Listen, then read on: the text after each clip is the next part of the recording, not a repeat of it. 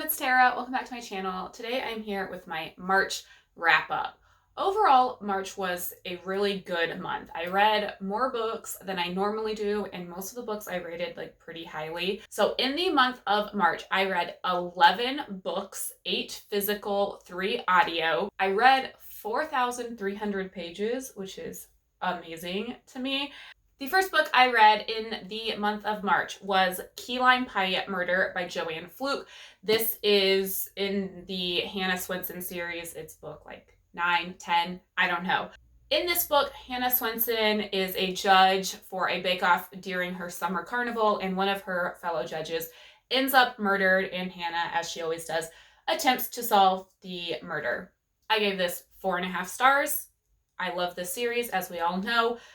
No complaints. Hannah Swenson's one of my favorite characters in all of literature. We know this if you've watched any of my wrap-ups. So another great installment of the Hannah Swenson series. The second book I read in March was Where the Crawdad Sings by Delia Owen. I ended up giving this 4 stars, but it was a rough start for me. Quick summary of this book. This book follows Kaya, who is a young girl who grows up in the marshlands of North Carolina. There is a dual timeline. You have her growing up in some pretty tough circumstances, and then you have more in the present time, a murder, and Kaya is kind of the town's prime suspect because she's not well known. And so those timelines do kind of converge and you find out what happened. This book, I thought I was going to DNF at the beginning. I didn't really start to enjoy it until maybe a third to a half of the way through. But once the timelines converge, I really found the story enjoyable and ended up liking it well enough. But at first, I was not a fan. Book number 3 for the month, and the first audiobook that I ended up finishing in March, was The Litigators by John Grisham. John Grisham's an author that I always enjoy. I ended up giving this 4 stars.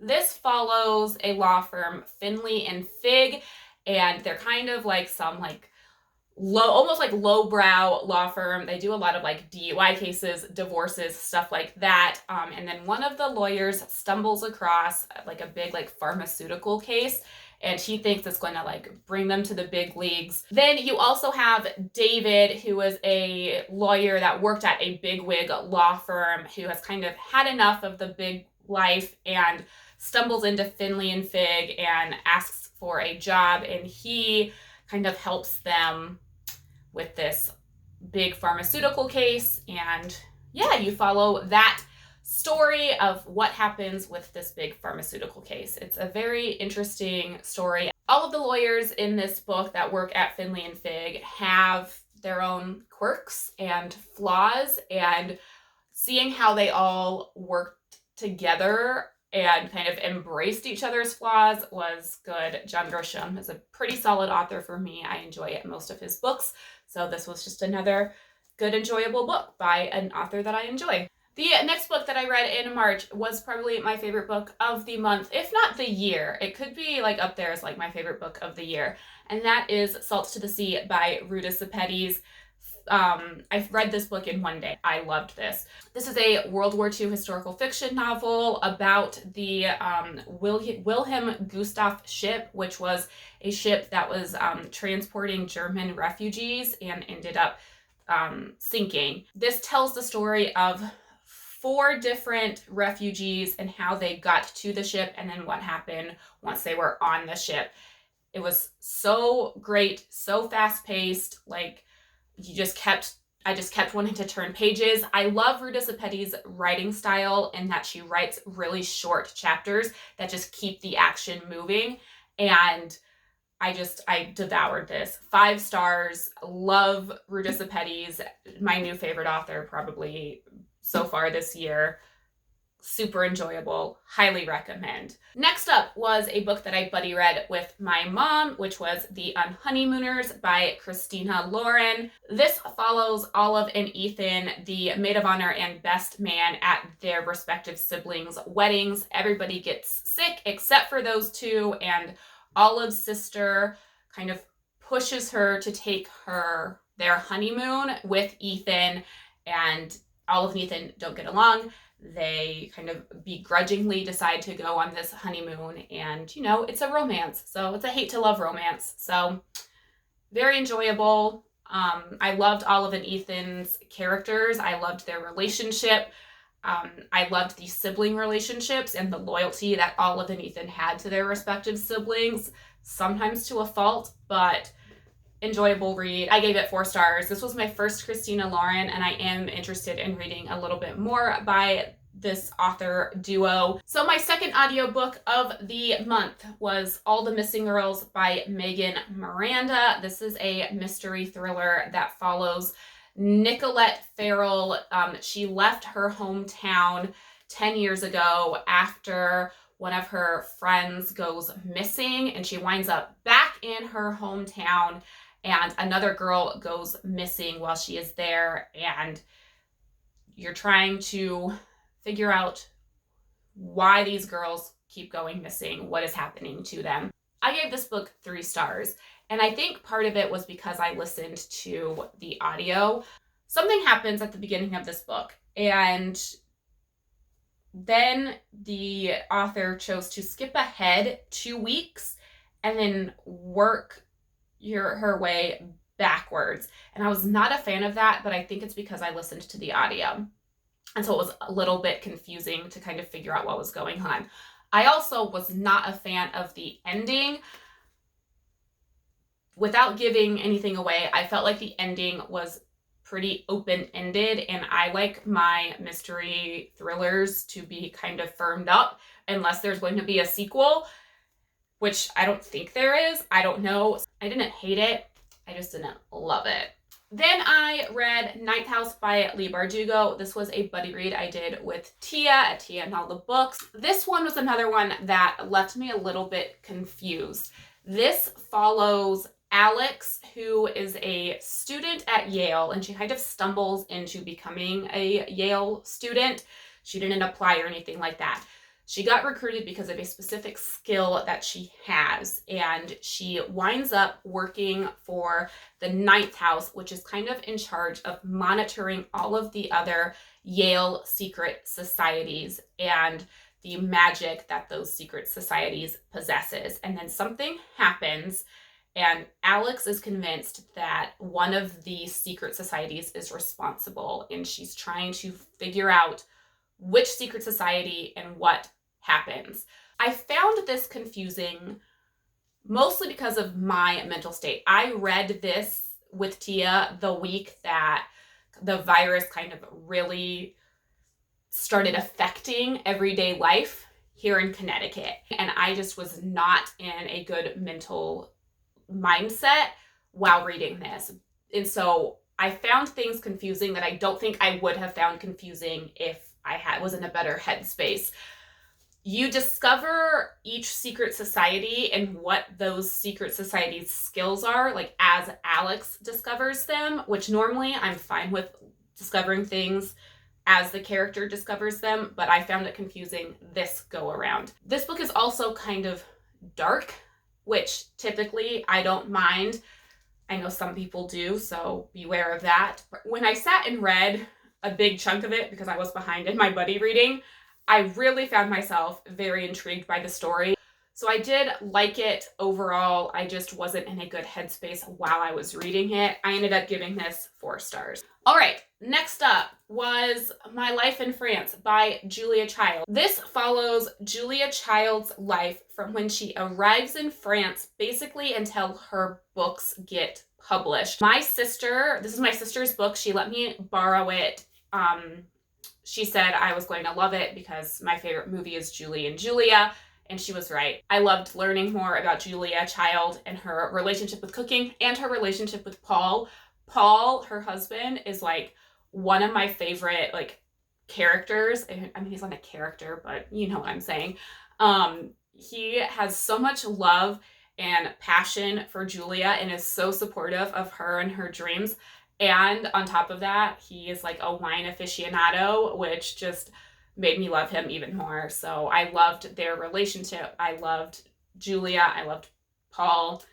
It was a good time. My one complaint about this, which is pretty minor in the grand scheme of things, is there was a lot of French like words or phrases that there was no translation provided for. And I'm pretty sure it's just that it was a lot of like dishes or foods that there probably isn't a direct translation for, or like French phrases that there isn't a direct translation for. So at times it took me out of the story because I was like, what is this saying?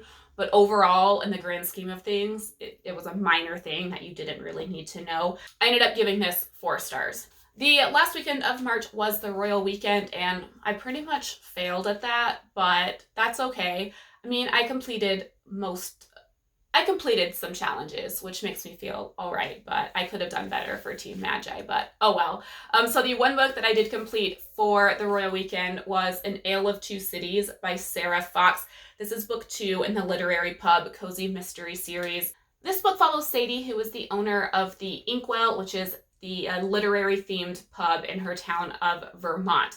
Her town is celebrating a winter carnival, and somebody that used to live in the town who has since moved away is back to compete in this like ice block carving competition, and he ends up dead. And Sadie finds one of her employees as the prime suspect, and Sadie is trying to help clear her employee Mel's name. This book, it was exactly what I needed at exactly the right time. It took my mind off of everything that is going on in the world. It was just a quick, fun read. One of my favorite things about this book is the Inkwell has all of these like literary themed drinks and foods. So like one of her drinks is called the Malt in Our Stars, and my favorite thing, I could not stop laughing. She has a fry dish called Lord of the Fries, and I was like cracking up when I stumbled across it. It was hysterical. I love it. There's a really cute like budding romance between Sadie and an owner of a brewery that is next door to her pub, Grayson. I love that budding romance. It was exactly what I needed at exactly the right time. I ended up giving this 4.5 stars. The last audiobook I listened to in March was The Devil Wears Prada by Lauren Weisberger. This was another one that was only okay for me. This follows Andrea, who has just accepted a job as an assistant to a big editor of a big magazine, Miranda, and kind of her time working with this editor. I ended up only giving this 3 stars. It was okay. But it wasn't anything like life-changing. I felt like there wasn't a firm plot. It was very much like a character-driven story, in my opinion. And you basically just followed Andrea as she became a like worse and worse person. Which I don't like to see my characters like go downhill, especially if there's no plot. That's what I felt, is she started off as like a woman with like a career path in mind, and she accepts this job because she thinks that it'll like be better for her in the long run. It'll give her the experience that she needs, and she basically just abandons her friends, her family, and her relationship and becomes a horrible person. 3 stars is pretty generous for this one. I feel like in reality it's more like a 2 or 2.5 stars for me. I don't know why I gave it 3 stars. The more I think about it, the more I think I should lower my rating. The last book I read in March was exactly what I needed, again, at exactly the right time. It got me really motivated to go into April and the Owls, and that is Forever Interrupted by Taylor Jenkins Reid. This follows Elsie Porter. Elsie Porter is a newlywed. She has been married for 9 whole days when the love of her life, Ben, is hit by a truck and dies. That is not spoilers. It is on the back of the book. And it follows her journey through the healing process of dealing with that death after such a whirlwind romance with Ben to begin with. And you also have a dual timeline of how Elsie and Ben meet and fall in love. I thought this was an amazing story of the grieving process and how she dealt with that loss. I gave this 5 stars. I loved this. I thought it was so cute and such, I don't want to say a feel-good story, because it's not a feel-good story, because it does deal with grief and loss, but seeing how she heals was a feel-good aspect of it, because she does grieve and heal and build relationships and strengthen relationships while she's going through this incredibly hard time. So the last order of business is to unhaul a book, because I did not read my pick from my TBR glass, which was Brave New World.